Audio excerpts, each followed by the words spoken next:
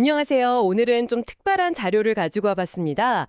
당신과 함께 마음의 본질, 그리고 우리가 보통은 잘 인식하지 못하는 세계에 대해서 좀 깊은 이야기를 나눠볼까 하는데요.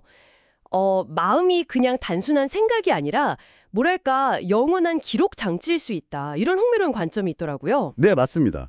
그 자료는 마음을 단순히 현재 의식의 집합체로 보지 않아요. 여러 생애에 걸친 경험 전체를 담는 그런 영속적인 실체로 보는 거죠.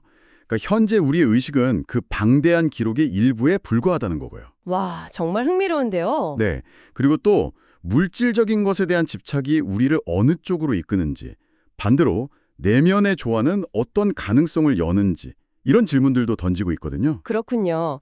그럼 이번 시간에는 이 자료에서 이야기하는 핵심 개념들, 영원한 기록으로서의 마음, 또 과거생의 기억에 접근할 수 있다는 가능성, 그리고 내면의 조화를 통해 잠재력을 뚫어낼 수 있다는 것, 이 세 가지를 중심으로 한번 같이 파헤쳐보겠습니다. 이 이야기들이 당신에게 어떤 울림을 줄지 기대되네요. 자, 그럼 바로 시작해볼까요? 먼저 자료에서 마음을 테이프 레코더 같다고 비유하잖아요. 모든 경험, 심지어 아주 먼 과거생의 일까지 다 기록하고 있다는 거죠. 그런데 여기서 좀 인상 깊었던 게 영적 존재가 나타날 때 주변 온도가 갑자기 훅 내려가는 현상. 이걸 언급하면서 이게 물질적인 집착이 우리를 어두운 세계로 이끈다는 경고랑 연결시키는 부분이에요. 이 둘 사이에 어떤 관련이 있다고 보는 걸까요? 네. 그 부분은 자료에 따르면요. 그런 온도 하강 현상은 영적 존재가 나타나기 위해서, 그러니까 현현하기 위해서 주변의 물질 에너지를 끌어다 쓰기 때문일 수 있다고 봐요. 일종의 에너지 변환 같은 거죠. 에너지 변환이요? 네. 이걸 어떻게 해석할 수 있냐면 물질 세계에 너무 집착하는 것이 영적인 성장과는 좀 반대 방향이라는 걸 상징적으로 보여주는 예시로 볼 수 있는 거죠. 결국엔 마음 자체의 순수함, 그리고 조화에 집중할 때 더 밝은 차원으로 갈 수 있다는 메시지인 셈이에요. 현재 우리가 가진 이 육체는 이 땅에서의 경험을 위한 그냥 일시적인 도구일 뿐이고 마음이야말로 영원한 주체라는 거죠. 아, 마음이 주체다. 그렇다면 이 영원한 기록이라는 것에 정말로 접근하는 게 가능할까요? 자료에서는 2500년 전 인도에서 석가모니와 함께 있었던 기억이라든지 아니면 2000년 전 이스라엘에서 예수를 만났던 기억 같은 걸 떠올리는 사람들이 있다고 주장하는데 이건 정말 놀랍거든요. 이게 그냥 상상이나 믿음과는 어떻게 다른 걸까요? 네, 바로 그 지점이 이 자료의 아주 핵심적인 주장 중 하나인데요. 이런 현상이 무슨 선택받은 소수만의 특별한 능력이 아니라는 거예요. 우리 모두에게 잠재된 능력이라고 설명을 하거든요. 모두에게요? 네, 비유하자면 우리가 라디오나 녹음기를 발명해서 사용하듯이 우리 마음 안에는 그것보다 훨씬 정교한 기록 장치와 재생 장치가 이미 내재되어 있다는 거죠. 중요한 건 그 장치를 켜는 스위치를 발견하고 사용하는 법을 배우는 것이라고 말해요.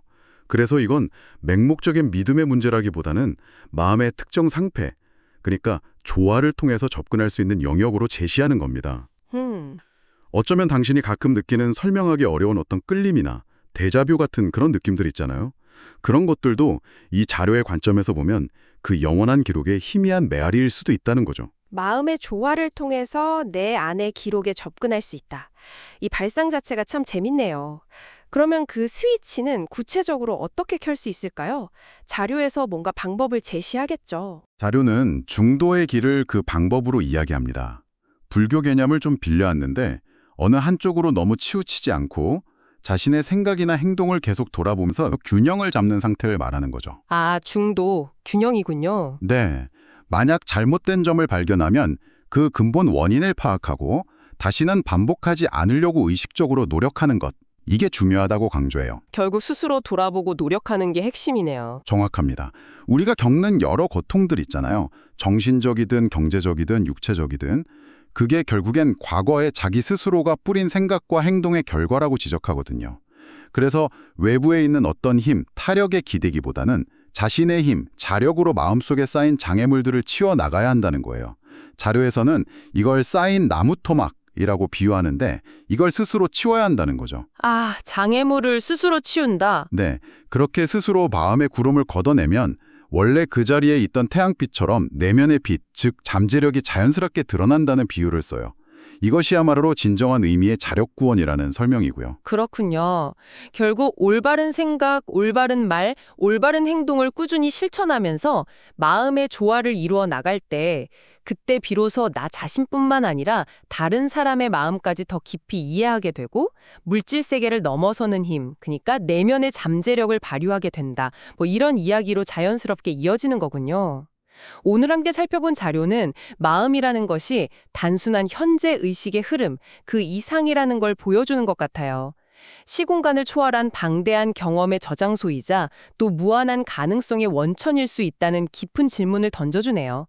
그리고 그 열쇠가 다른 무엇도 아닌 내면의 조화에 있다는 점이 특히 인상 깊게 다가옵니다. 네, 맞아요. 그리고 이 자료가 던지는 마지막 질문은 이제 바로 당신에게 향하고 있습니다. 당신의 마음속에는 인생의 모든 경험이 남김없이 기록되어 있다고 하는데요. 만약 일상의 분주함을 잠시 멈추고 당신 내면의 목소리에 한번 귀 기울여 본다면 과연 무엇을 발견하게 될까요? 이 영원한 생명의 기록과 그 안에 담긴 잠재력을 의식하는 것이 지금 당신의 삶을 어떻게 바꿀 수 있을지 한번 조용히 성찰해 보시는 시간을 가져보시는 것도 의미 있는 탐구가 될 것 같습니다.